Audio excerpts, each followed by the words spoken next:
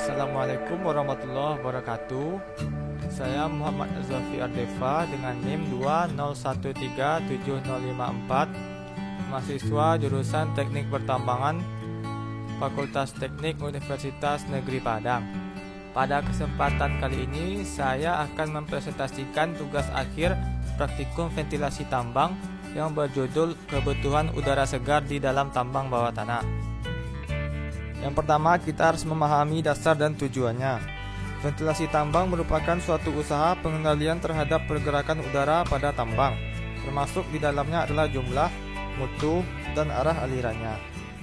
Secara rinci, tujuan ventilasi tambang diantaranya yang pertama adalah menyediakan oksigen bagi pernapasan manusia. Yang kedua, mengencerkan gas-gas berbahaya dan beracun yang ada di dalam tambang, sehingga tidak membahayakan para pekerja. Kemudian yang ketiga, menurunkan temperatur udara tambang, sehingga temperaturnya menjadi temperatur yang nyaman untuk kondisi kerja. Dan yang terakhir, mengurangi konsentrasi debu yang timbul akibat kegiatan produksi yang dilakukan di dalam tambang. Kemudian untuk prinsip aliran udara pada ventilasi tambang bawah tanah yaitu sebagai berikut. Yang pertama, aliran udara bergerak dari tekanan yang lebih tinggi ke tekanan lebih rendah. Yang kedua, udara akan mengalir dari tempat yang bertemperatur lebih rendah ke tempat yang bertemperatur lebih tinggi. Yang ketiga, udara akan lebih banyak mengalir melalui jalur-jalur ventilasi yang memberikan tahanan yang lebih kecil. Tahanan di sini dimaksud yaitu hambatan dibandingkan dengan jalur berhambatan yang lebih besar. Yang keempat, tekanan ventilasi tetap memperhatikan tekanan atmosfer, sehingga ada positif atau blowing dan negatif atau exhausting. Yang kelima, aliran udara mengikuti hukum kuadrat, yaitu hubungan antara kuantitas dan tekanan. Kemudian yang keenam, hukum-hukum mekanika fluida akan selalu diikuti dalam proses perhitungan. Kemudian untuk kualitas udara tambang memiliki 4 unsur. Di antaranya yang pertama ada nitrogen, lalu oksigen, karbon dioksida, dan yang terakhir adalah argon. Untuk nitrogen atau N2 memiliki persen volume 78,09% dan persen beratnya yaitu 75,53%. Untuk oksigen 20,95 dengan persen volume, lalu persen beratnya adalah 23,14%. Untuk karbon dioksida memiliki persen volumenya sebesar 0,03% dan persen beratnya adalah 0,046%. Lalu yang terakhir argon dengan persen volume sebesar 0,93% dan persen berat yaitu 1,284%.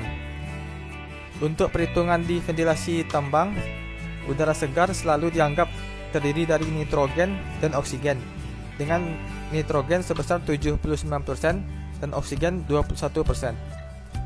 Samping itu dianggap bahwa udara segar akan selalu mengandung karbon dioksida sebesar 0,03%. Demikian pula perlu diingat bahwa udara dalam ventilasi tambang selalu mengandung uap air dan tidak pernah ada yang benar-benar kering. Oleh karena itu akan selalu ada istilah kelembapan udara. Lalu untuk pengenalian kualitas udara tambang, pengertian dari udara tambang itu sendiri adalah campuran udara bebas dengan bahan pengotornya termasuk gas dan padatan, sehingga perlu dilakukan pengendalian kualitas udara tambang.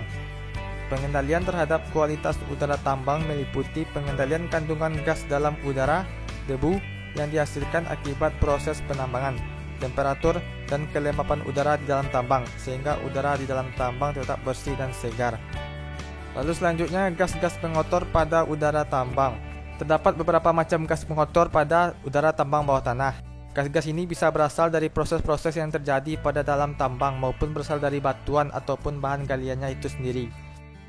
Gas-gas pengotor yang terdapat dalam tambang bawah tanah tersebut ada yang bersifat gas racun, yaitu gas yang bereaksi dengan darah dan dapat menyebabkan kematian. Selain itu, gas pengotor ini menyebabkan bahaya baik terhadap kehidupan manusia maupun dapat menyebabkan suatu peledakan. Gas-gas pengotor pada udara tambang yang pertama yaitu adalah karbon dioksida atau CO2. Gas ini tidak berwarna, tidak berbau, dan tidak mendukung nyala api, dan bukan merupakan gas yang beracun. Gas ini lebih berat daripada udara karenanya selalu terdapat pada bagian bawah dari suatu jalan udara. Dalam udara normal, kandungan CO2 adalah 0,03%. Namun pada kandungan CO2 0,5%, laju pernapasan manusia mulai meningkat. Pada kandungan CO2 3%, laju pernapasan menjadi 2 kali lipat dari keadaan normal. Dan pada kandungan CO2 10%, manusia hanya dapat bertahan beberapa menit. Kombinasi CO2 dengan udara biasanya disebut dengan black dump. Gas pengotor yang kedua adalah metana atau CH4. Gas metana ini merupakan gas yang tidak beracun, tidak berwarna, tidak berbau, dan tidak mempunyai rasa. Gas metana ini biasanya terdapat pada tambang batu bara. Campuran gas metana dengan udara disebut fire dump. Apabila kandungan metana dalam udara tambang bawah tanah mencapai 1%, maka seluruh hubungan mesin listrik harus dimatikan. Gas ini mempunyai berat jenis yang lebih kecil daripada udara, dan karenanya selalu berada pada bagian atas dari jalan udara. Kemudian yang ketiga yaitu adalah karbon monoksida atau CO. Karbon monoksida merupakan gas yang tidak berwarna, tidak berbau, tidak berasa, dan dapat terbakar, dan sangat beracun. Gas ini banyak dihasilkan pada saat terjadi kebakaran pada tambang bawah tanah dan menyebabkan tingkat kematian yang tinggi.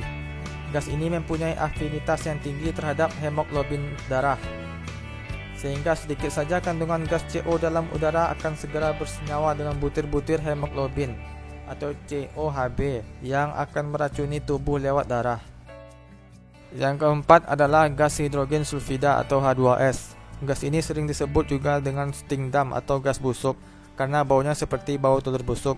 Gas ini tidak berwarna, merupakan gas yang beracun dan dapat meledak. Gas ini merupakan hasil dekomposisi dari senyawa belerang. Gas ini mempunyai berat jenis yang sedikit lebih berat dari udara. Merupakan gas yang sangat beracun dengan ambang batas sebesar 10 part per million pada waktu selama 8 jam terdadah. Dan untuk waktu yang singkat adalah 15 part per million. Walaupun gas H2S mempunyai bau yang sangat jelas, namun kepekaan terhadap bau ini akan dapat rusak akibat reaksi gas H2S terhadap saraf penciuman. Pada kandungan H2S sebesar 0,01% untuk selama waktu 15 menit, maka kepekaan manusia akan bau ini sudah akan hilang. Lalu yang kelima adalah sulfur dioksida atau SO2. Gas ini merupakan gas yang tidak berwarna dan tidak bisa terbakar. Tapi gas ini merupakan gas yang beracun yang terjadi apabila ada senyawa belerang yang terbakar.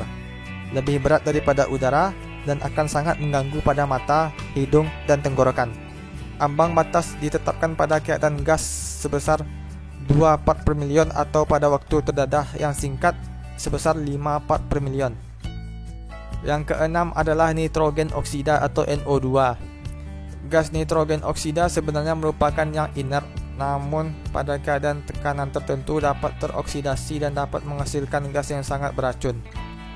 Terbentuknya dalam tambang bawah tanah sebagai hasil ledakan dan gas buang dari motor bakar.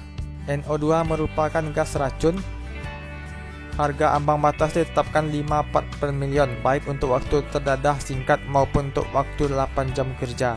Oksida nitrogen yang merupakan gas racun ini akan bersenyawa dengan kandungan air dalam udara, membentuk asam nitrat yang dapat merusak paru-paru apabila terhirup oleh manusia. Kemudian terdapat gas-gas pengotor yang lain yang dapat berasal dari proses pengisian aki dan gas-gas yang biasa terdapat pada tambang bahan galian radioaktif seperti gas radon. Kemudian debu pada udara tambang. Debu itu merupakan pengotor udara tambang yang juga berbahaya bila konsentrasinya cukup tinggi, karena dapat mengganggu lingkungan kerja dan merusak kesehatan. Secara garis besar, sumber debu pada tambang bawah tanah berasal dari aktivitas penambangan yang meliputi salah satunya operasi pemboran, peledakan, pemuatan, dan pengangkutan biji atau batu bara. Partikel debu dapat digolongkan berdasarkan kandungan material solid dan ukuran diameter rata-rata partikelnya. Karakteristik partikel debu berdasarkan ukuran diameter rata-rata adalah: yang pertama, partikel debu yang berukuran di bawah 5 mikrometer diklasifikasikan sebagai debu yang dapat terhisap oleh sistem pernapasan manusia. Yang kedua, partikel debu yang berukuran di atas 10 mikrometer biasanya tidak mempunyai kemampuan suspens dalam aliran udara kecuali kecepatan aliran udara tinggi. Yang ketiga, debu industri dan penambangan mempunyai kisaran ukuran diameter rata-rata 0,5 mikrometer sampai dengan 3 mikrometer. Yang keempat, partikel debu yang berukuran di bawah 10 mikrometer tidak mempunyai berat jenis dan gaya inersia sendiri, sehingga semua pergerakan partikelnya karena aliran udara yang membawanya. Untuk mengurangi konsentrasi debu dan mencegah timbulnya debu secara berlebihan pada kegiatan penambangan, perlu dilakukan langkah-langkah pengendalian debu. Di antaranya, yang pertama, melakukan pengukuran kadar debu. Yang kedua, menggunakan penyemprot air atau water sprayer pada saat penggalian. Yang ketiga, melakukan operasi penambangan yang baik dan benar serta mencegah terbentuknya debu secara berlebihan. Yang keempat, mengurangi debu dengan membersihkan debu yang mengendap dan membersihkan udara dari debu dengan alat pengumpul debu atau dust collector. Yang kelima, pengenceran dengan memasukkan udara segar secukupnya ke tempat-tempat sumber debu menggunakan kipas angin bantu. Lalu ini merupakan contoh water sprayer. Yang pertama ini biasanya digunakan pada lokasi front penambangan langsung di tambang bawah tanah. Lalu yang kedua ini merupakan water sprayer yang dikombinasikan dengan alat angkut, yaitu berupa truk pada tambang bawah tanah. Dan yang ketiga yang di bawah ini merupakan contoh water sprayer yang langsung dipasangkan pada front penambangan. Kemudian kebutuhan udara segar di dalam tambang. Pada sistem pernapasan manusia, oksigen dihisap dan karbon dioksida dibebaskan. Jumlah oksigen yang diperlukan akan semakin meningkat sesuai dengan aktivitas fisiknya, dan dapat dihitung pula kuantitas udara pernapasan berdasarkan kandungan oksigen minimum yang diperkenankan dan kandungan karbon dioksida maksimum yang masih diperbolehkan atau ditoleransi. Kemudian perlu juga dalam hal ini didefinisikan arti angka bagi atau nisbah pernapasan yang didefinisikan sebagai nisbah antara jumlah karbon dioksida yang dihembuskan terhadap jumlah oksigen yang dihirup pada suatu proses pernapasan. Pada manusia yang bekerja keras, angka bagi pernapasan ini sama dengan 1, yang berarti jumlah CO2 yang dihembuskan sama dengan jumlah O2 yang dihirup pada proses pernapasannya. Kemudian untuk tabel kebutuhan udara pernapasan terdiri dari 3 situasi. Yang pertama pada saat istirahat dengan laju pernapasan per menit sebesar 12 sampai 18. Kemudian udara terhirup per menit dalam inci kubik per meter sekitar 300 sampai 800. Lalu oksigen terkonsumsi sekitar 0,01 kubik feet per meter. Kemudian angka bagi pernapasannya itu 0,75. Kemudian pada saat kerja moderat, laju pernapasan per menit 30 dengan udara terhirup per menit 2800 sampai 3600 inci kubik per menit. Lalu oksigen terkonsumsi 0,07 cube feet meter. Lalu angka bagi pernapasan sebesar 0,9. Dan yang terakhir kerja keras dengan laju pernapasan per menit 40. Kemudian udara terhirup per menit sebesar 6000 inci kubik per menit. Oksigen terkonsumsi sebesar 0,1 kubik feet meter dengan angka bagi pernapasan 1. Kemudian selanjutnya ada 2 cara perhitungan untuk menentukan jumlah udara yang diperlukan per orang untuk pernafasan. Yang pertama berdasarkan kebutuhan O2 minimum, yaitu 19,5%. Jadi O2-nya dianggap 19,5%. Kemudian udara yang dibutuhkan adalah Q cube feet meter.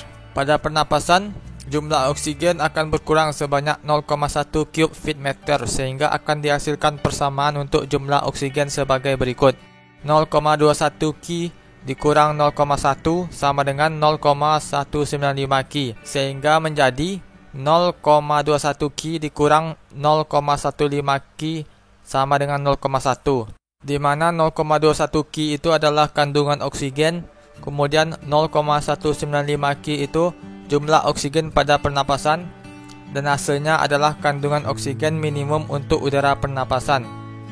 Maka hasilnya setelah dilakukan perhitungan adalah 6,67 cube feet meter. Kemudian yang kedua berdasarkan kandungan CO2 maksimum, yaitu 0,5%. Dengan harga angka bagi pernapasan adalah 1, maka jumlah CO2 pada pernapasan akan bertambah sebanyak 1 dikali dengan 0,1, maka hasilnya 0,1 cube feet meter. Dengan demikian akan didapat persamaan 0,0003 Ki ditambah 0,1 sama dengan 0,005 Ki, sehingga menjadi 0,005 Ki dikurang 0,0003 Ki sama dengan 1, di mana 0,005 Ki adalah kandungan CO2 dikurangi dengan 0,0003 Ki adalah jumlah CO2 hasil pernapasan. dan kemudian hasilnya adalah kandungan CO2 maksimum dalam udara, sehingga didapatkan hasilnya adalah 21,3 cube feet meter. Dari kedua perhitungan tersebut, yaitu atas kandungan oksigen minimum 19,5% dalam udara pernapasan dan kandungan maksimum karbon dioksida sebesar 0,5% dalam udara untuk pernapasan, diperoleh angka kebutuhan udara segar bagi pernapasan seseorang sebesar 6,7 cube feet meter dan 21,3 cube feet meter. Dalam hal ini tentunya angka 21,3 cube feet meter yang digunakan sebagai angka kebutuhan seseorang untuk pernapasan, karena angka tersebut adalah yang tertinggi. Dalam merancang kebutuhan udara untuk ventilasi tambang digunakan angka kurang lebih 10 kali lebih besar, atau sekitar menjadi 200 cube feet meter per orang, di mana 0,1 meter kubik per detik per orangnya. Demikianlah presentasi yang dapat saya sampaikan. Untuk kurang lebihnya saya mohon maaf. Wassalamualaikum warahmatullahi wabarakatuh.